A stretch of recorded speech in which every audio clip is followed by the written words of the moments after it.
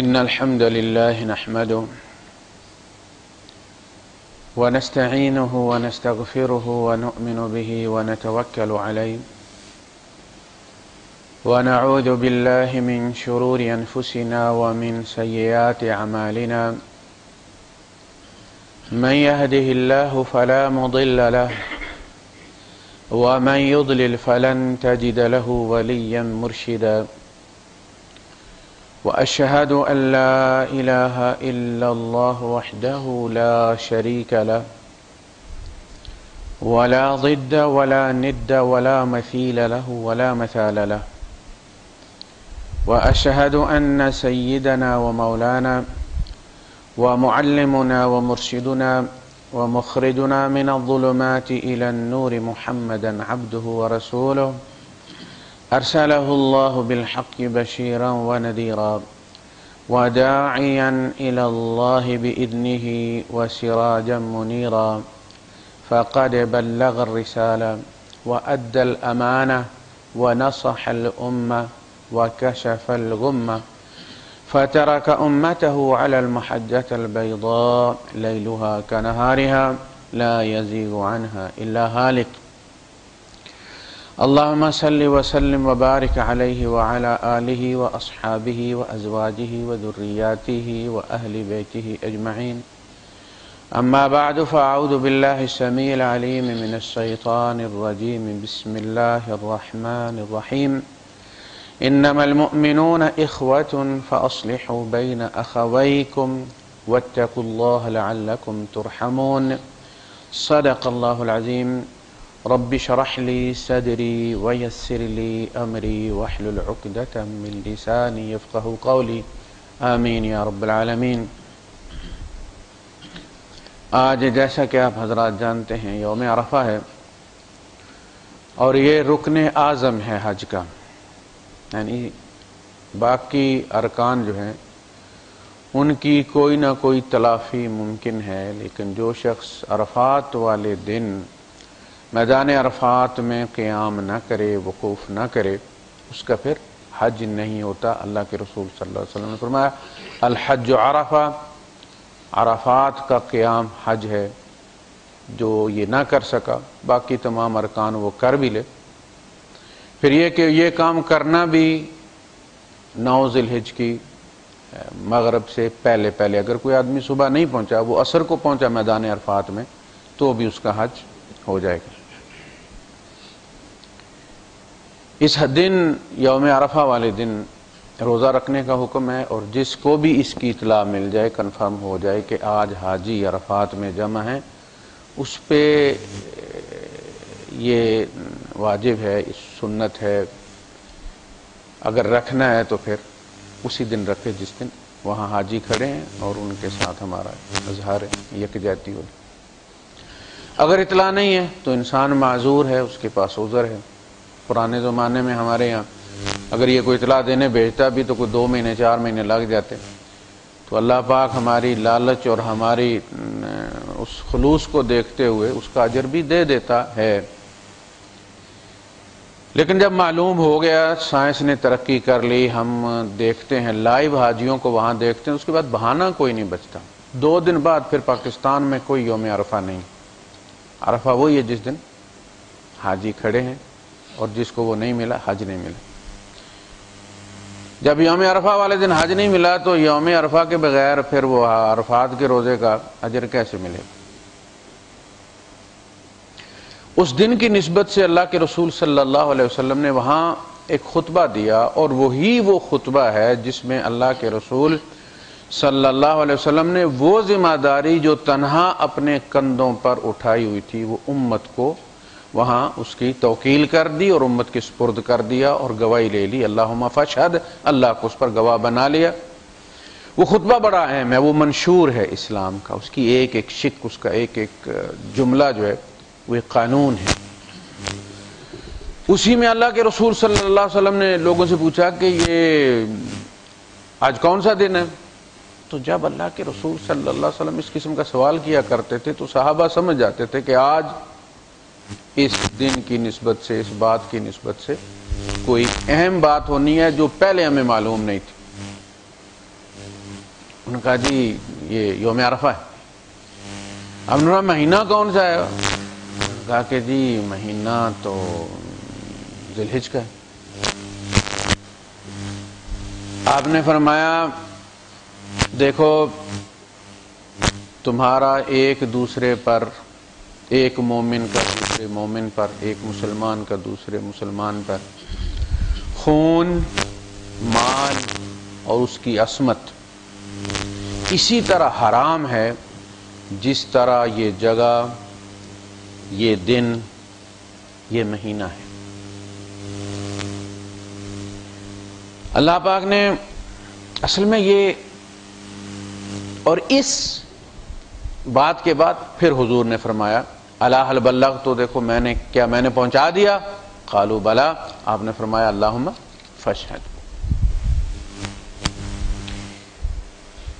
قرآن حکیم میں اللہ پاک فرماتا ہے کہ انما المؤمنون اخوہ، مومن سارے آپس میں بھائی ہیں.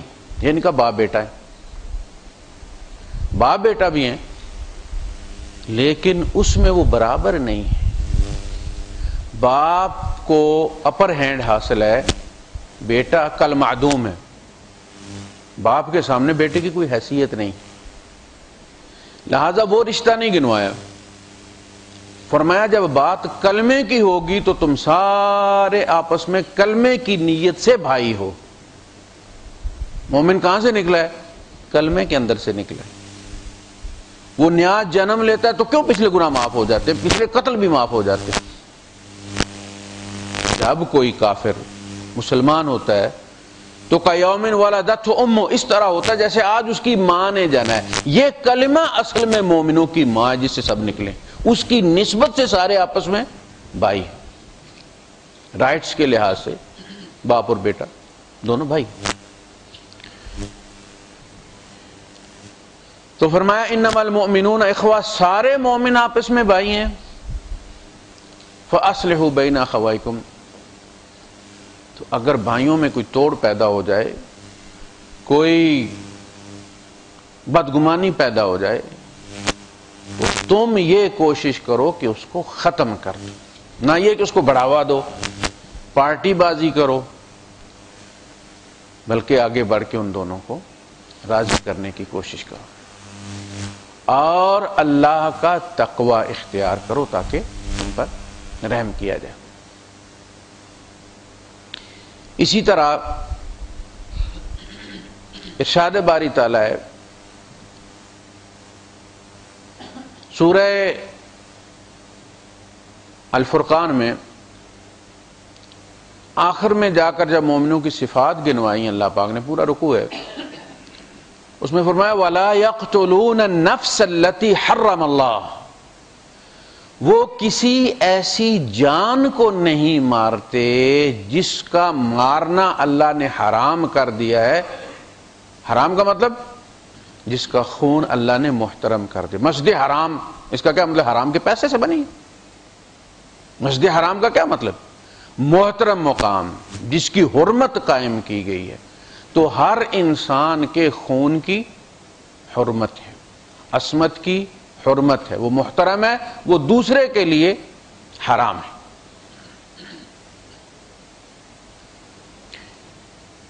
اسی طرح فرمایا وَلَا يَقْتُلُونَ النَّفْسَ الَّتِي حَرَّمَ اللَّهُ، وَلَا تَقْتُلُوا النَّفْسَ الَّتِي حَرَّمَ اللَّهُ وَمَنْ قَتَلَ من اجل ذلك كتبنا على بني اسرائيل انه من قتل نفسا بغیر نفس. مومن نہیں، ولا تقتل المومن نہیں، مومن کو قتل مت کرو. کہا کسی انسان کو قتل مت کرو. تمام انسانوں کا خون برابر ہے. وَلَقَدْ كَرَّمْنَا بَنِي آدم، ہم نے آدم کی ساری اولاد کو کرامت عطا کی ہے، مقام دیا ہے اس کو. صرف مسلمانوں کو مقام نہیں دیا. وَلَقَدْ كَرَّمْنَا الْمُؤْمِنِينَ نہیں ہے، وَلَقَدْ كَرَّمْنَا مَنْ آمَنَ نہیں ہے. خون کے لحاظ سے، مال کے لحاظ سے، عصمت کے لحاظ سے سارے انسان برابر درجے میں مقام دیے گئے ہیں. تکریم کی گئی ہے. وَلَقَدْ كَرَّمْنَا، تکریم کی ہم نے بنی آدم. من قتل نفسا بغیر نفس، جس نے کسی ایسی جان کو مار دیا جس نے دوسری جان کو مارا ہوا نہیں تھا. جب کوئی قتل کرتا ہے تو وہ اصل میں اس کو قتل نہیں کرتا، وہ اپنے خون کی حرمت بھی ختم کر دیتا ہے اور مباح الدم ہو جاتا ہے. لیکن کون؟ وہی شخص جس نے یہ کیا. جس نے یہ کیا ہے وہی پکڑا جائے گا، اسی پر مقدمہ چلے گا، اسی پر جرم ثابت کیا جائے گا، اسی کو سزا ملے گی، اس کے قبیلے کو نہیں ملے گی. مثلا ایک اگر خٹک نے قتل کر دیا ہے تو اب ہم نے خٹکوں میں سے کوئی ایک بندہ لازم مارنا ہے، تب ہماری ناک جو ہے وہ ایک بھائی نے مارا ہے، ہم نے دوسرا بھائی مارنا ہے. ایم کیو ایم نے مارا ہے تو ہم نے لازماً کسی اردو سپیکنگ کو والے کو مارنا ہے، تو ہم نے کوٹا برابر کرنا. یہ جرم ہے. جس شخص نے کیا ہے وہی شخص مباح الدم ہے. اس کا پورا قبیلہ، اس کی پوری قوم نہیں، اس کی پوری پارٹی نہیں. اور بندہ تب تک اللہ کی رحمت کی وسعت میں رہتا ہے، اللہ کی رحمت اسے ہر جگہ پا لیتی، اس کی ایکسیس ہے، وہ اس کی ایکسیس میں رہتا ہے. ما لم یقع فی دم حرام، جب تک وہ کسی معصوم جان کو قتل نہ کرتا. قتل کرنے کے بعد وہ اللہ کی رحمت سے دور ہو جاتا، لعنت ہو جاتی. یہ پیغام ہے یوم عرفہ کا.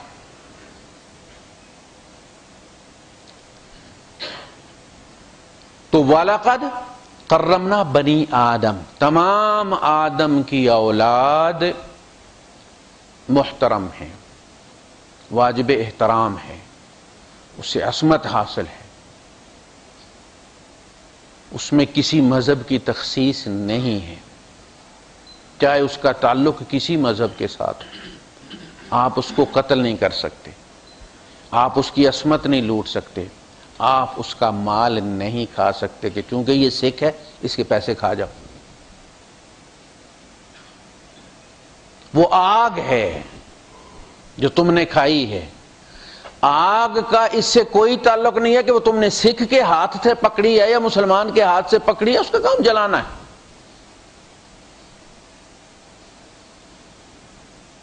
تو پہلی بات یہ کہ تمام انسان اللہ کی نظر میں خون، عصمت اور مال کے لحاظ سے برابر ہے. جس نے کسی ایک جان کو قتل کیا، چاہے اس کا تعلق کسی مذہب کے ساتھ بھی تھا، من قتل نفسا، من قتل مومنا نے نہیں، نفس ہر انسان نفس. من قتل نفسا بغیر نفس او فساد فی الارض کانما قتل الناس جميعا، گویا اس نے تمام انسانوں کو قتل کر دیا. ایک انسان کا قتل پوری انسانیت کا قتل ہے، اور یہ اتنا بڑا جرم ہے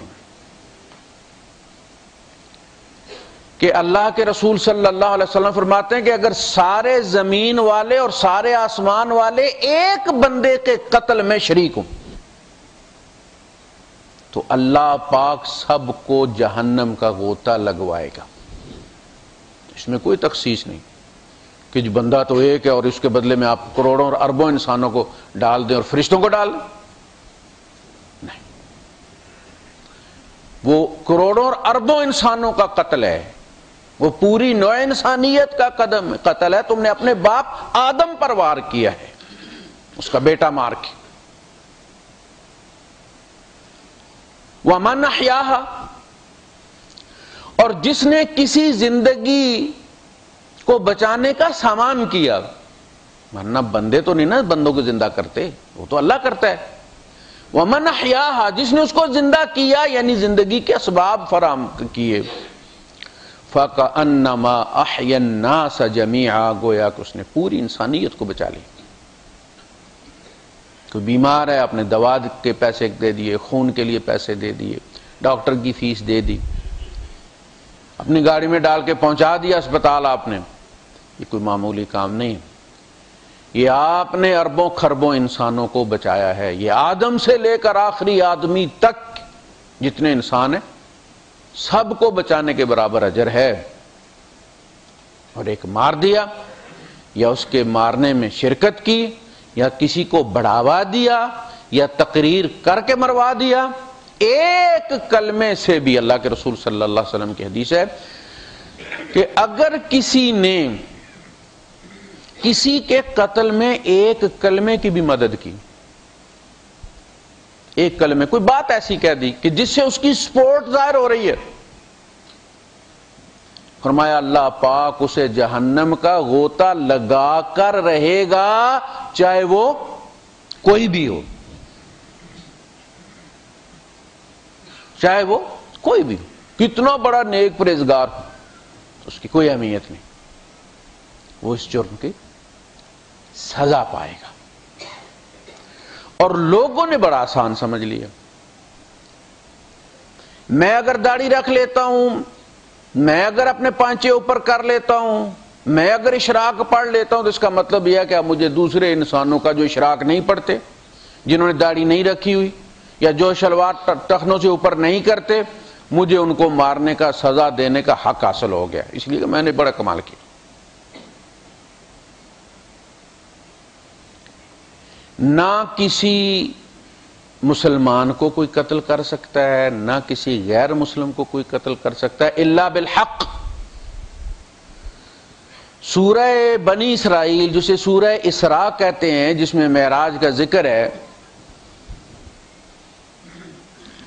اس میں 2 رکوعوں میں اللہ پاک نے اپنے کچھ فیصلے بیان کیے کہ جن کو وہ کر چکا ہے۔ وَقَضَىٰ رَبُّكَ، تیرے رب نے یہ فیصلے کر لیے اور کر کے فارغ ہو گیا۔ اللہ تعبدوا الا اياه، کوئی کمپرومائز نہیں ہے، صرف اللہ کی بندگی کرو گے تو۔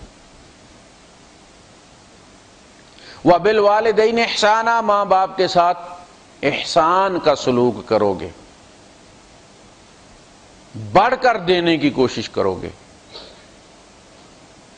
انہوں نے تمہارے اوپر احسان کیا، وہ کر چکے، وہ انویسٹمنٹ ہو چکی ان کی۔ پھر اس کیفیت کو ذکر کیا کہ جہاں یہ دامن ہاتھ سے چھوٹ جاتا ہے، بڑھاپے کی عمر، اس میں جا کر ان کا دماغ سکڑ جاتا ہے، قوت برداشت ختم ہو جاتی ہے، جلدی ہیٹ اپ ہو جاتے ہیں۔ اگر وہ مخلص بھی ہوں تو فیصلے غلط کرتے۔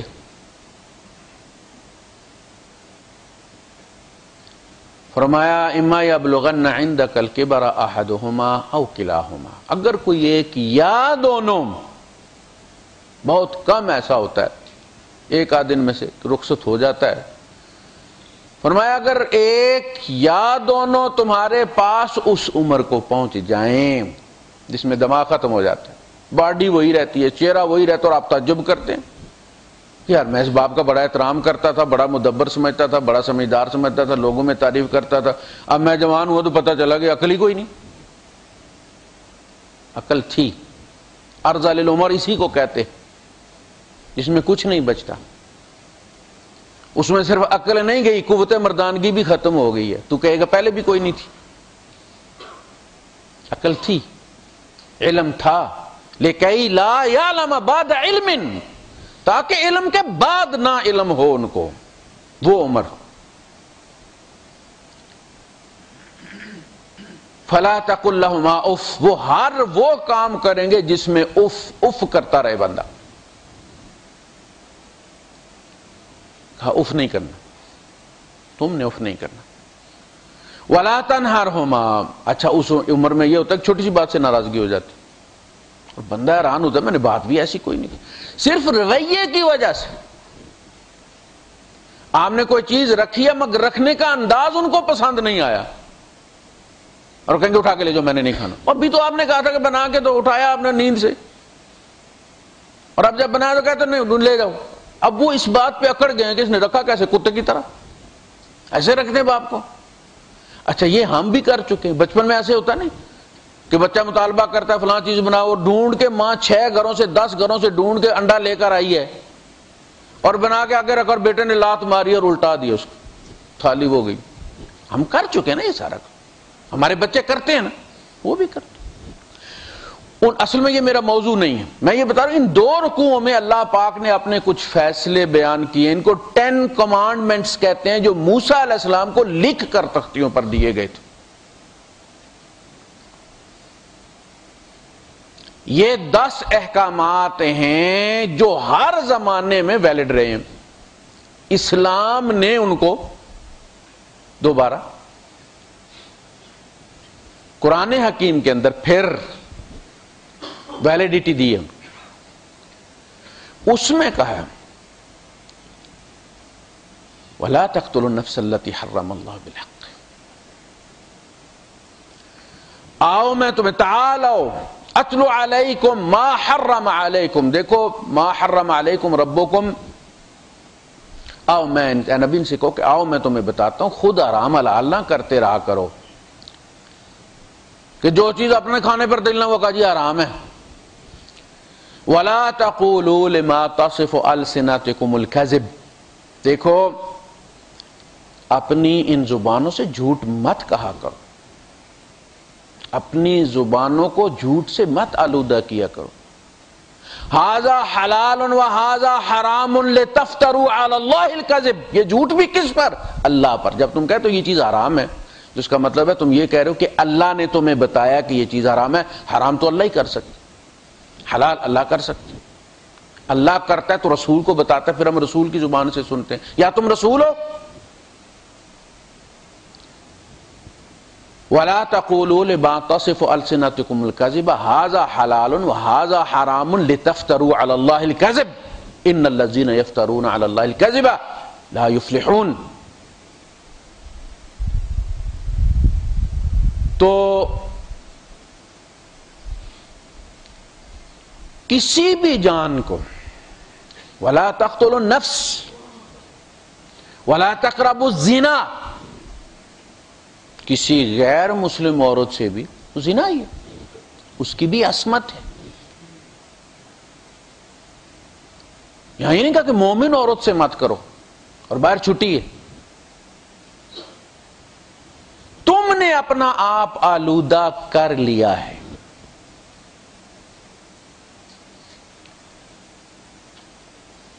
وَلَا تَقْتُلُوا النَّفْسَ الَّتِي حَرَّمَ اللَّهُ إِلَّا بِالْحَقِّ وَمَنْ قُتِلَ مَظْلُومًا فَقَدْ جَعَلْنَا لِوَلِيِّهِ سُلْطَانًا فَلَا يُسْرِفْ فِي الْقَتْلِ إِنَّهُ كَانَ مَنْصُورًا. تو تمام انسان اپنی کرامت میں برابر ہے, کسی مذہب کا اس کے ساتھ کوئی تعلق نہیں, صرف آدم کا بیٹا ہونا اس کے لیے کافی ہے. وَلَقَدْ كَرَّمْنَا بَنِي آدم, آدم کی ساری اولاد کو ہم نے کرامت عطا فرمائی ہے. اللہ پاک نے فرمایا وَلَقَدْ خَلَقْنَاكُمْ ثُمَّ صَوَّرْنَاكُمْ ثُمَّ قُلْنَا لِلْمَلَائِكَةِ اسْجُدُوا لِآدَمَ. آدم کو سجدہ کروانے سے پہلے ہم پیدا ہو چکے تھے, میری یہی شکل تھی اس وقت. صورناکم, تمہاری تصویریں بھی بنا چکے تھے. ثم قلنا للملائکہ, فرشتوں نے صرف آدم علیہ السلام کو سجدہ نہیں کیا, کافروں سمیت جتنی بھی اولاد آدم کے اندر تھی سب کو کیا. یہ کرامت ہے. اب ذرا سی بات پہ لوگ کہتے ہیں جو فلاں بندہ جی وہ کھائے ڈیرے میں تو کھانا چاہیے نہیں کھانا چاہیے, وہ جی عیسائی ہے اس کے ساتھ کھانا کھانا چاہیے یا نہیں. جو کھانا اگر حلال ہے تو اس کے ساتھ وہ تمہارا بھائی ہے. بھٹک گیا ہے, کیا ہم مسلمانوں کے بھائی بھٹکتے نہیں ہیں؟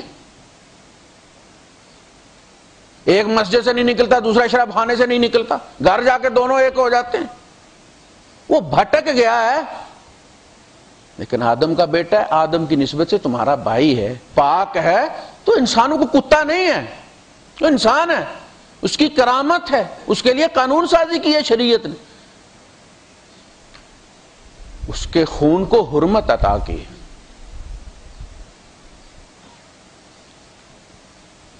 تو اس نسبت سے آج آپ دیکھتے ہیں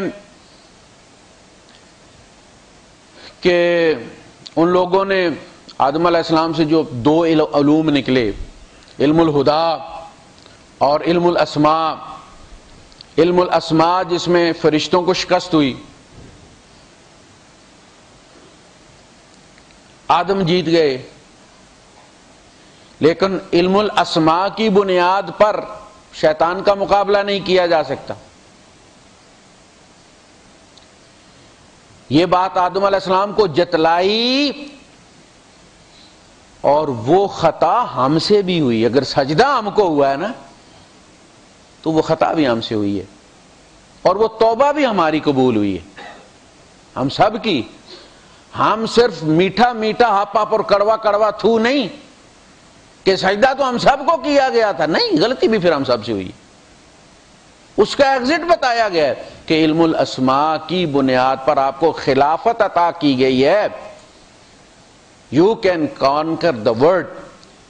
علم الاسماء کی بنیاد پر تم پوری دنیا فتح کر سکتے ہو، مگر چلا نہیں سکتے. تو اس کے لیے تمہیں علم الہدا چاہیے. شیطان سے ہار گئے، ایک باغ میں چھوڑا اور ساری نعمتیں اس میں اللہ پاک نے عطا کر دی. یہ وہ والی جنت نہیں تھی جس میں ہم نے مرنے کے بعد جانا ہے انشاءاللہ. یہ وہ والی جنت نہیں تھی، اس میں تو ابلیس کا گزر ہی نہیں ہو سکتا تھا. اللہ کے باغی کا گزر وہاں کے، اسے پہلے مرحلے پر نہیں کیا گیا تھا فَاخْرُجْ مِنْهَا فَإِنَّكَ رَجِيمٌ، نکل جا، اور اس کے بعد پھر داخلے کا تو کوئی حکم نہیں.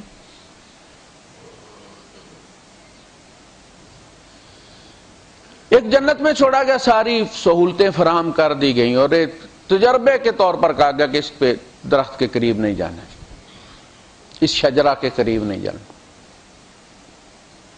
امتحان تھا نا، یہ بھی امتحان ہے. پانی نہیں پینا، پانی پینے سے کیا ہو جاتا؟ روزہ ہے، پانی نہیں پینا، آب زمزم بھی نہیں پینا. یہ اصل میں اللہ پاک چیک کرنا چاہتا ہے کہ تم اس کی اتھارٹی کو مانتے ہو یا نہیں مانتے. اتنی ساری بات. جو یہ نہیں کرتا، اپنی اتھارٹی چیک نہیں کرتا، وہ الہ نہیں ہے. اس لیے کہ الہ فوقیت چاہتا ہے، دبدبا چاہتا ہے، ریٹ چاہتا ہے، وہ قانون سازی کرتا ہے. یہ اس کی الوہیت کی نشانی ہے. اسی لیے ان کے الہوں کو رد کرنے کے لیے اللہ پاک نے ایک دلیل دی ہے. ام لہم شرکاء شرعوا لہم من الدین ما لم یأذن بہ اللہ.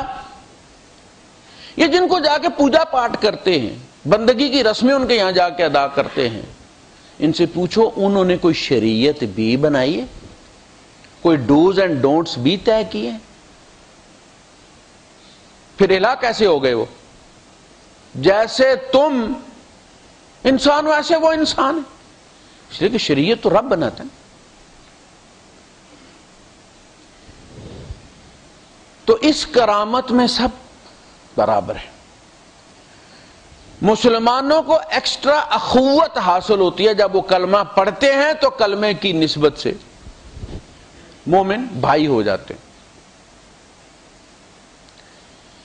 اب جب کہ ہمارے یہاں مومن کو بھی عصمت حاصل نہیں رہی تو ہم گلہ کیا کریں؟ یہ لوگ جو گلہ کرتے ہیں کہ جی نہیں ہم یہاں سے چلے جائیں گے، اس ملک سے اقلیتوں کے ساتھ زیادتی ہو رہی ہے، تو اکثریت پہ رحم و کرم ہو رہا ہے. رمضان کے مہینے میں 155 آدمی ٹارگٹ کر کے مار دیے گئے، سارے مسلمان تھے. کسی کو سحری میں مارا، کسی کو افطاری میں مارا. ہم دوسروں کو کیا تحفظ دیں گے؟ ہم اکثریت ہی محفوظ نہیں ہیں. اعتکاف میں سے اٹھا کے لے جاتے ہیں، لاش ملتی ہے. ایک شخص کو لے گئے اٹھا کے اعتکاف سے، اور اس کے بدن کو انہوں نے بہت زیادہ توڑ پھوڑ کی، اس کی جگہ جگہ سے انہوں نے اس کو چھیدا ہوا تھا۔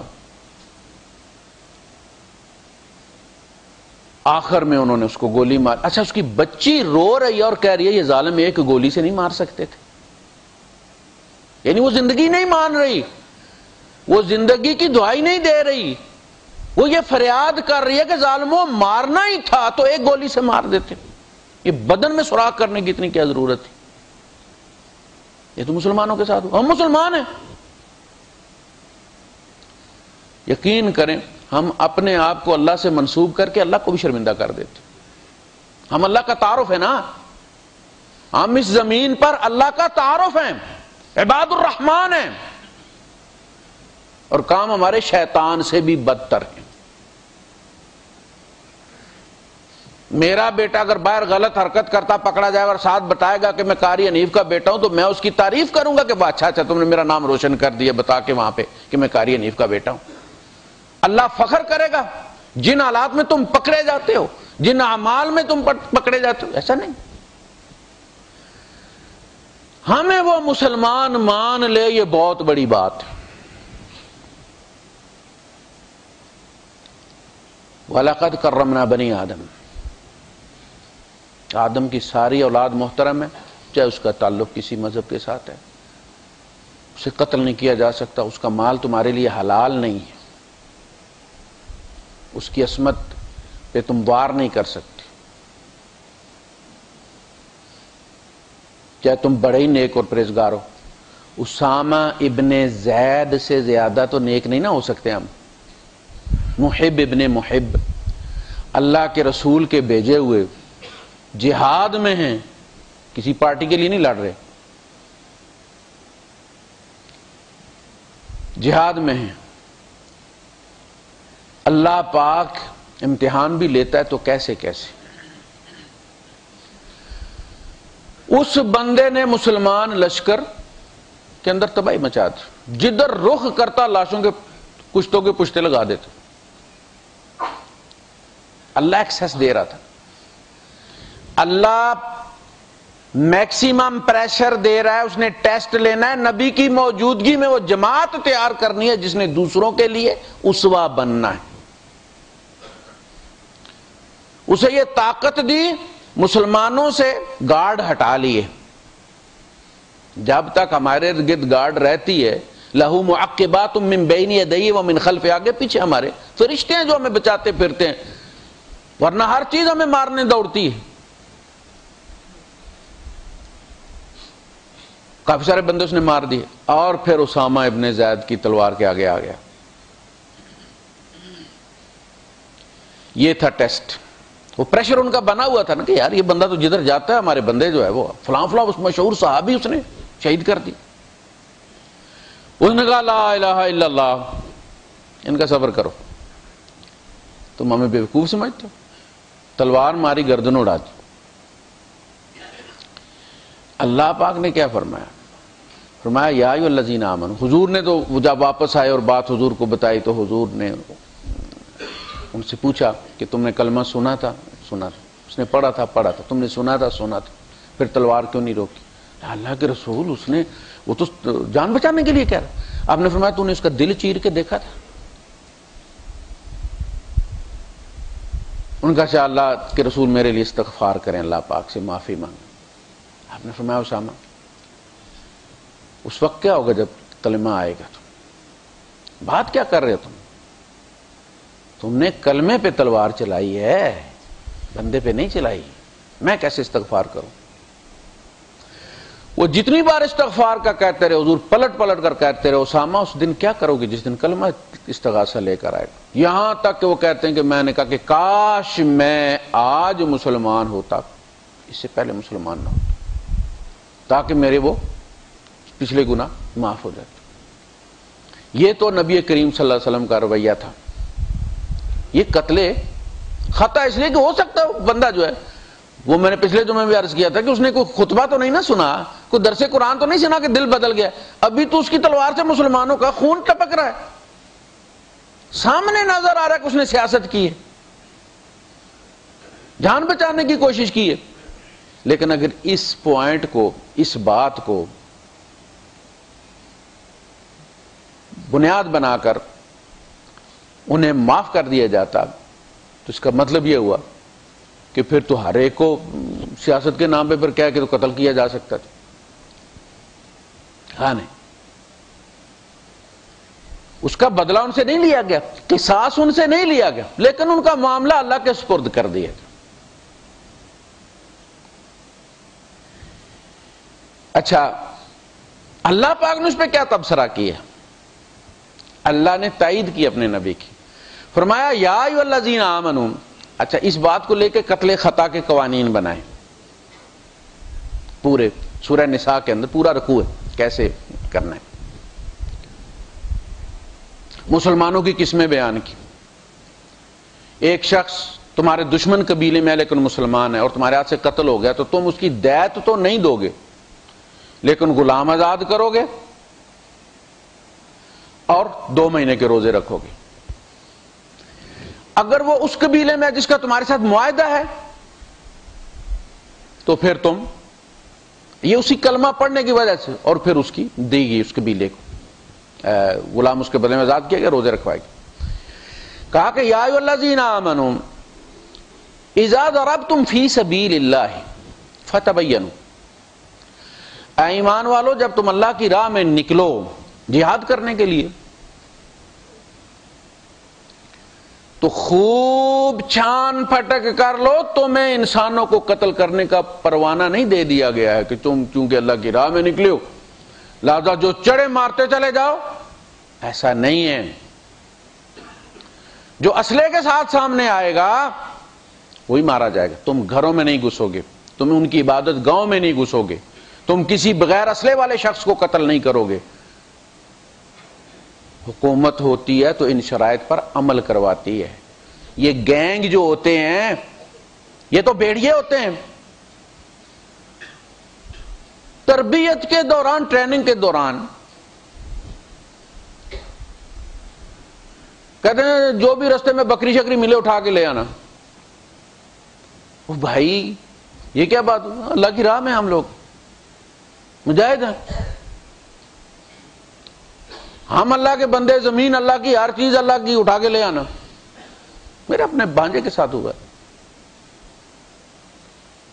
لہذا جب تک کوئی ایسی اتھارٹی سامنے نہ ہو جو اسلامی جہاد کے تمام قوانین پر عمل کروائے تب تک کوئی جہاد نہیں، صرف فساد ہے.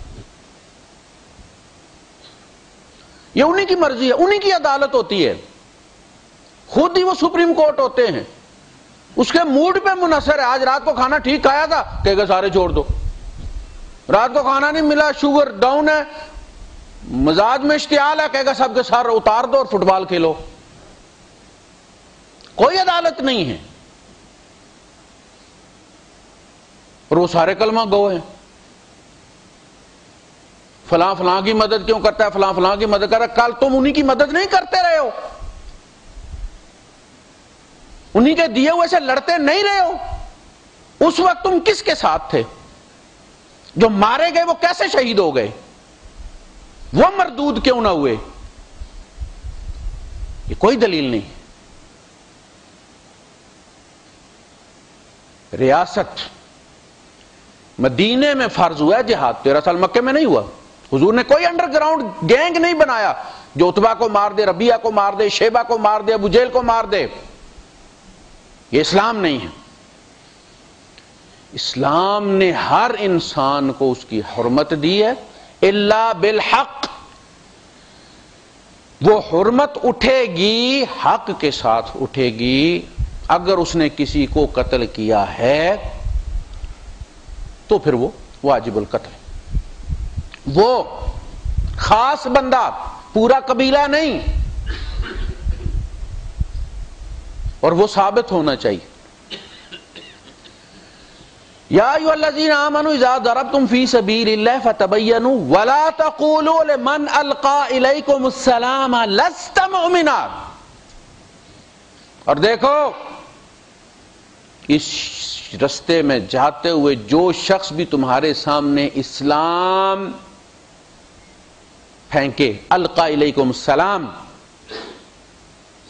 اسلام کا اظہار کرے، تمہیں کوئی اتھارٹی حاصل نہیں اس لیے کہ تم بڑے نیک ہو، تم اللہ کے رسول کے ساتھی ہو، تم مجاہد فی سبیل اللہ ہو، تم رضی اللہ تعالی عنہ ہو، تمہیں یہ اتھارٹی حاصل نہیں ہے کہ تم یہ اسے کہو کہ لستا مؤمنا، تو مومن نہیں، میرا کلمہ پڑھا میں ہی رد کروں گا، تم خدا نہیں ہو، تمہیں اس کلمے کا احترام کرنا پڑے گا۔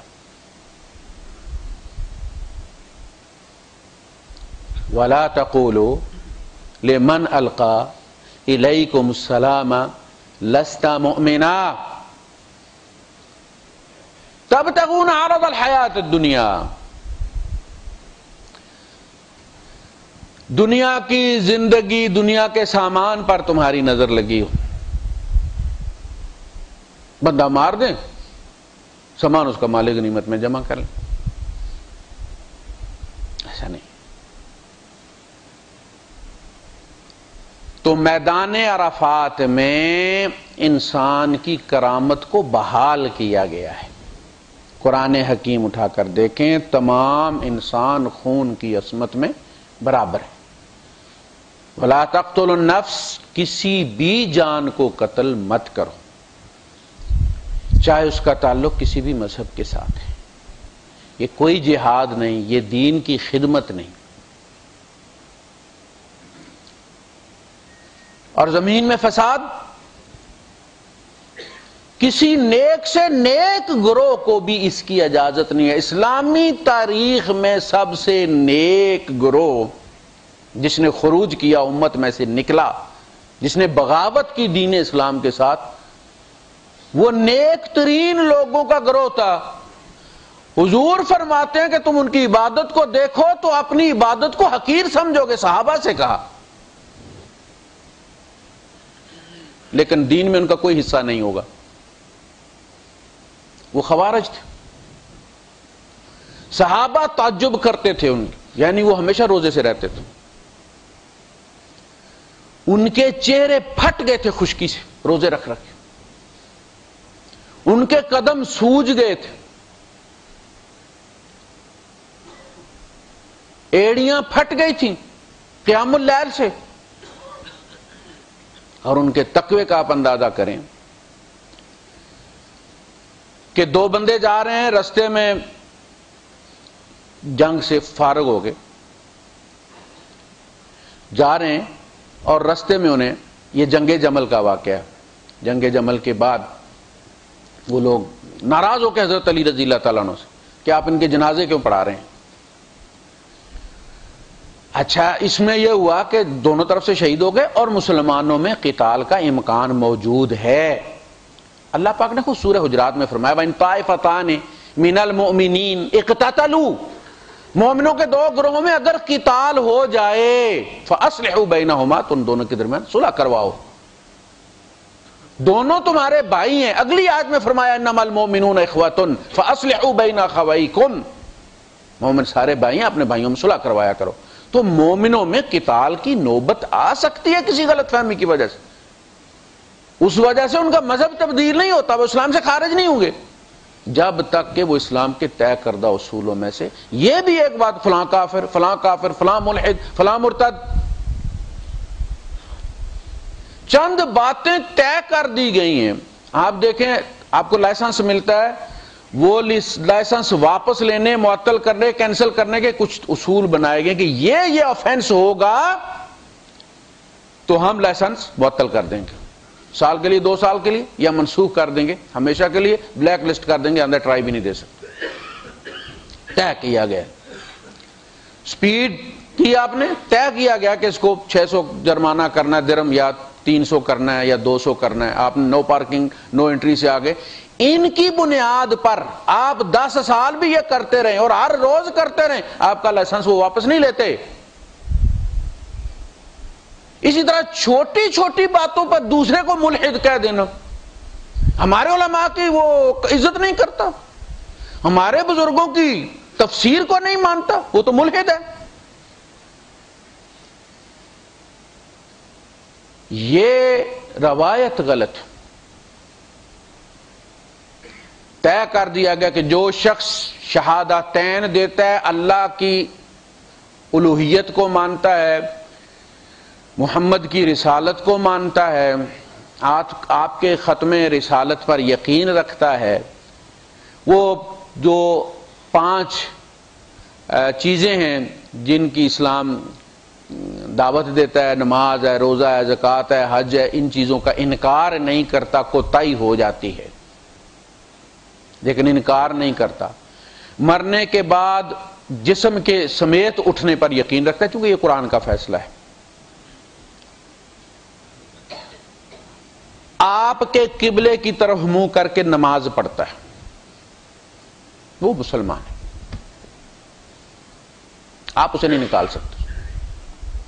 یعنی یہ بھی نہیں کہ آپ کسی کو کافر قرار دیں اور کہیں کہ جی یہ مرتد ہو گیا، اب اس کو مارنا واجب ہو گیا، ایسا نہیں۔ کسی سے غلطی ہوئی ہے تو ریاست فیصلہ کرے گی، ارتداد ہو گیا ہے تو شریعت میں پہلے 3 ادوار کے اندر یہ ہوا کہ اس کو پکڑا گیا۔ حکم یہ ہے کہ اس کو پکڑا جائے، اس سے پوچھا جائے آپ کو یہ تکلیف کیوں ہوئی ہے، اور اس کے جو وسوسے ہیں، اس کے جو مسائل ہیں، اس کو جو خدشات ہیں، آپ اس سے مذاکرات کریں۔ ایک اچھے عالم کو عدالت مقرر کرے گی، دیوان مقرر کرے گا، وہ اس کے سوالوں کے جواب دے گا، اسے مطمئن کرنے کی کوشش کرے گا۔ ہمارے یہاں پہلی بات تو یہ کہ کوئی یہی طے نہیں کہ عالم بڑا کیڑا ہے، جس کی وہ پشت پہ ہاتھ رکھو وہی سردار ہے، وہی مفتی اعظم ہے۔ محلے کی مسجد کا امام جیسے ابھی دعائے قنوت بھی نہیں آتی، وہ بھی تقی عثمانی بنا پھرتا ہے۔ واحد شاید ریاست ہے جس میں ابھی تک یہ طے نہیں ہوا کہ مفتی اعظم کون ہے۔ ایک فرقے کے نزدیک منیب الرحمان صاحب مفتی اعظم ہے، دوسرے کے نزدیک رفیع عثمانی صاحب ہے، لیکن حکومت کا طے کردہ، حالانکہ اسے طے کرنا چاہیے تاکہ سینٹرلائزیشن ہو فتووں کی، طے کرنا چاہیے کہ مفتی کون ہے، کون فتویٰ دے گا تو عمل ہوگا۔ ہر مسجد کا امام الاؤڈ نہیں ہے کہ وہ اس طرح سے فتوے دے، اور اس کی سزا ہونی چاہیے، اس کے ٹرمینیٹ کرنا چاہیے، اس کو بلیک لسٹ کرنا چاہیے سودے سے۔ کفر اور ارتداد کے فتوے اور قتل عام کے فتوے، ہمارے یہاں تو کوئی جسے کہتے ہیں نڑی ڈٹا ہی کوئی نہیں ہوتا ہے نا، ہوا آ رہی ہو اگر روکے میں تو وہ کہتے ہیں ذرا ڈٹا دباؤ اس کا، ہمارے تو کسی کا ڈٹا ہی کوئی نہیں۔ یہ طے ہو، علماء کی ایک کمیٹی، کہیں لکھا ہوا 3 علماء ہوں، 2 علماء ہوں، جس قسم کے بھی اس کے وسوسے ہوں، اس فیلڈ کے علماء جو ہے اس کے ساتھ لگائے جائیں جو اسے مطمئن کریں۔ جب ریاست مطمئن ہو جائے کہ ہاں ہم نے تو اس کے سوالوں کے جواب دے دیے اور اس کے پاس اس کا جواب کوئی نہیں ہے، وہ رد کرے گا تو کسی دلیل سے کرے گا نا، ایسا تو نہیں کہے گا میرا موڈ نہیں۔ رد کرے گا اسلام کو تو دلیل سے کرے گا کہ یہ چیزیں مجھے شک میں ڈال رہی ہیں، اس کا شک دور کیا جائے گا، اور اس کے لیے 3 دن لگ جائیں، 4 دن لگ جائیں، 5 دن لگ جائیں، ہفتہ لگ جائے، 10 دن لگ جائے، 40 دن لگ جائیں، حکومت طے کرے گی، اس کے جواب دے دیا گیا۔ اس کے بعد کیا کیا جائے؟ کہا گیا اسے قید میں رکھو، قید بھی ایک حل ہے اس کا، لیکن فیصلہ کون کرے گا؟ دیوان۔ یہ انسانیت کی بقا کا مسئلہ ہے۔ تو جو باتیں ہم نے طے کی وہ کیا ہیں کہ تمام آدم کی اولاد آدمیت کی مساوات اسے حاصل ہے۔ اللہ نے تمام اولاد آدم کو، چاہے اس کا مذہب کوئی بھی ہو، کرامت عطا کی۔ آدم علیہ السلام کو سجدہ ہماری تخلیق اور تصویر کے بعد کروایا گیا ہے۔ وَلَقَدْ خَلَقْنَاكُمْ ثُمَّ سَوَّرْنَاكُمْ۔ خلق روح، تصویر، یہ بدن، دونوں جوڑے گئے. جب آدم علیہ السلام سے نکال کے ہم سے عہد لیا گیا، اللہ نے عہد الست لیا، تو بھی ہم اسی شکل میں تھے. تھوڑا سا زوم کر کے اسے اس وقت بھی دیکھا جا سکتا تھا میری اس شکل کے ساتھ، بعد میں بدلی نہیں ہوئی. طے تھا میں نے کس علاقے میں کس جگہ کہاں پیدا ہونا ہے، کن کا جوڑا بننا ہے، کہاں شادی ہونی ہے. ایسے نہیں کہتے آسمانوں پر جوڑے بن چکے ہیں آدم علیہ السلام کی پشت میں. وَلَقَدْ خَلَقْنَاكُمْ ثُمَّ صَوَّرْنَاكُمْ ثُمَّ قُلْنَا لِلْمَلَائِكَةِ اسْجُدُوا لِآدَمَ. تمہیں بھی کروایا گیا، اور اس سجدے کا تو خیال کرو. مسجود ملائکہ ہو تم، کن گندگیوں میں پڑے ہوئے ہو تم، ان کو بھی شرمندہ کرتے ہو. تمہارے دن فرشتے ہیں نا، فرشتے مرتے نہیں ابھی، وہ تبھی مریں گے جب قیامت آئے گی. تو یہ سارے فرشتے جو ادھر بھی لکھنے والے ہیں، ادھر بھی لکھنے والے ہیں، جو ادھر بھی ہیں ادھر بھی ہیں، جو ہمارے گارڈ ہیں جن کی تبدیلی ہوتی ہے، جو جا کے رپورٹ کرتے ہیں کہ اللہ ہم نے سجدے میں چھوڑا ہے اسے، آخری رپورٹ یہی پٹ اپ ہوتی ہے. آنے والا کہتا ہے میں نے اسے سجدے میں پایا ہے، اور جسے شراب خانے میں وہ پاتے وہ جا کے کہتے ہیں، وہ کہتا ہے گلاس بھرا ہوا، دوسرا کہتا ہے میں پہنچا تو آدھا ہو چکا تھا. کیا کہتے ہوں گے وہ، ہم نے بھی کس کو سجدہ کیا یار.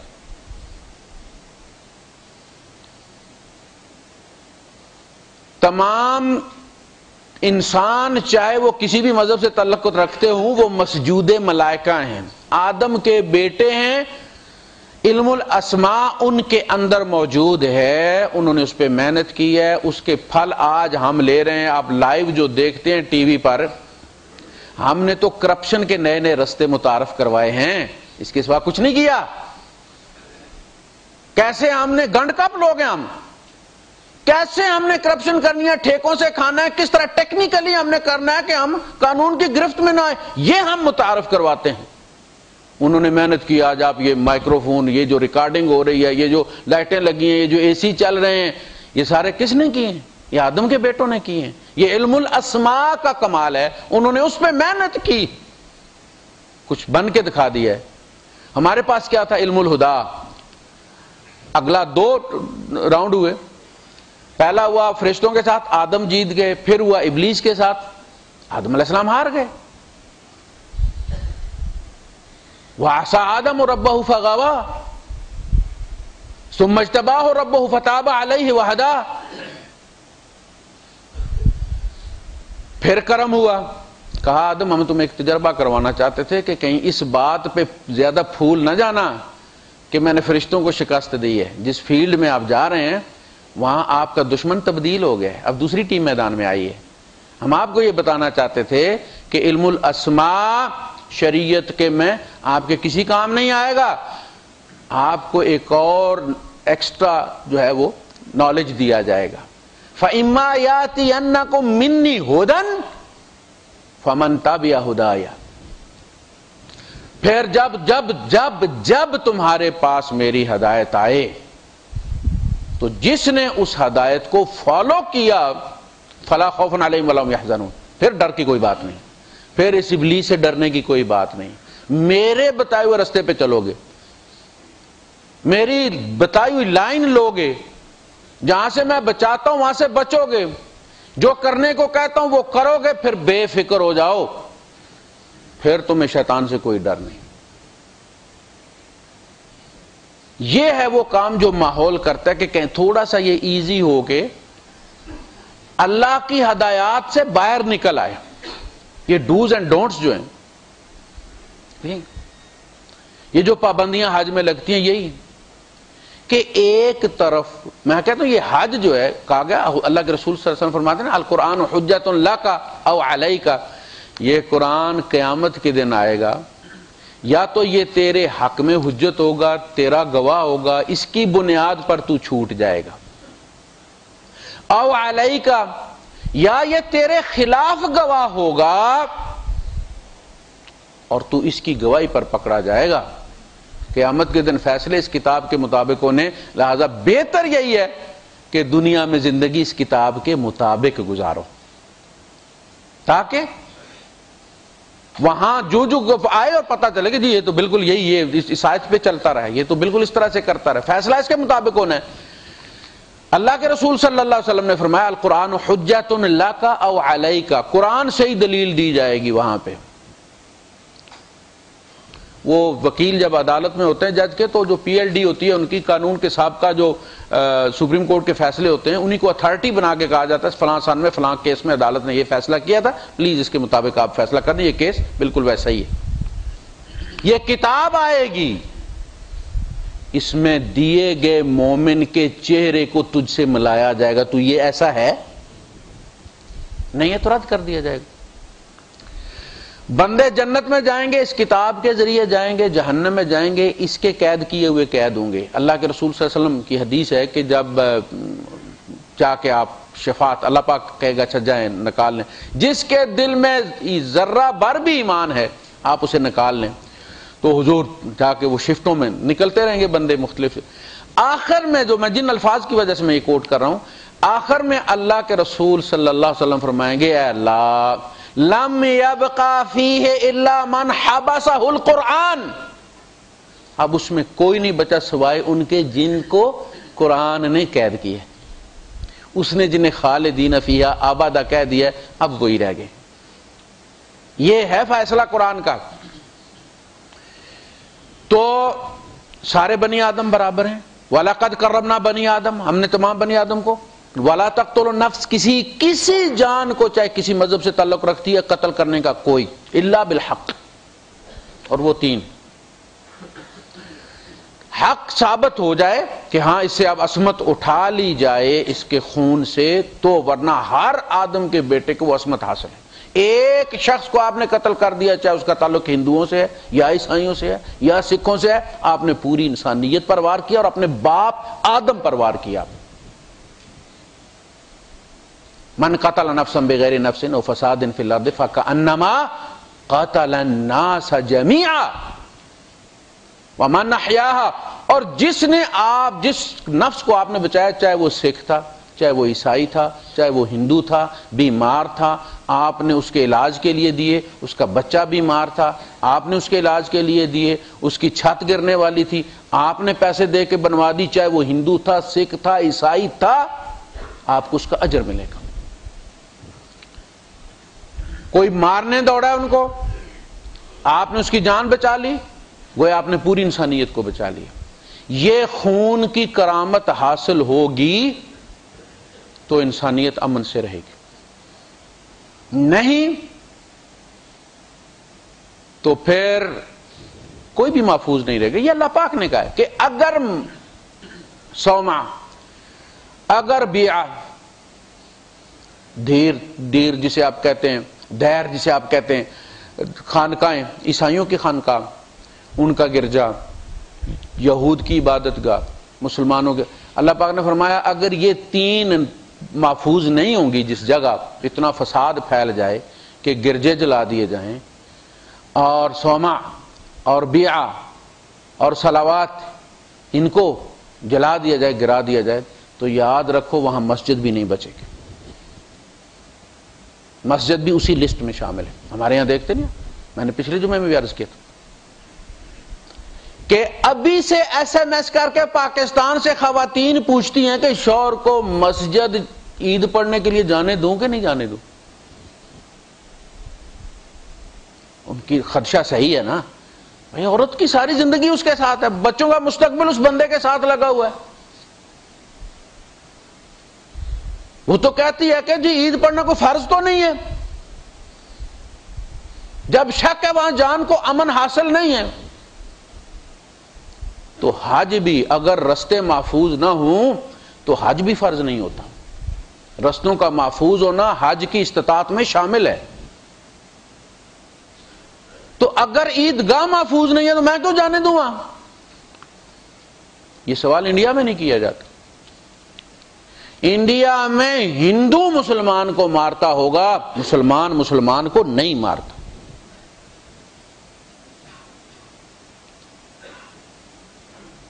جن لوگوں کو مارنے کی عادت پڑ جاتی ہے لائیو ایمونیشن کے ساتھ، بندوں کو چھلنی کرتے ہیں، ان کا تڑپنا دیکھتے ہیں، ان کو ذبح کرتے ہیں، ان کی خرخر سنتے ہیں، یقین کریں ان کے ہاتھ سے اپنا باپ بھی مارا جاتا ہے، اپنا بھائی بھی مارا جاتا ہے. یہ قاتل گئیں گے. اپنی کزن کو وہ مار دیتے ہیں، اپنے چچا کے بیٹے کو بھی وہ مار دیتے ہیں، اس لیے کہ وہ وحشی ہیں، وہ کسائی ہیں.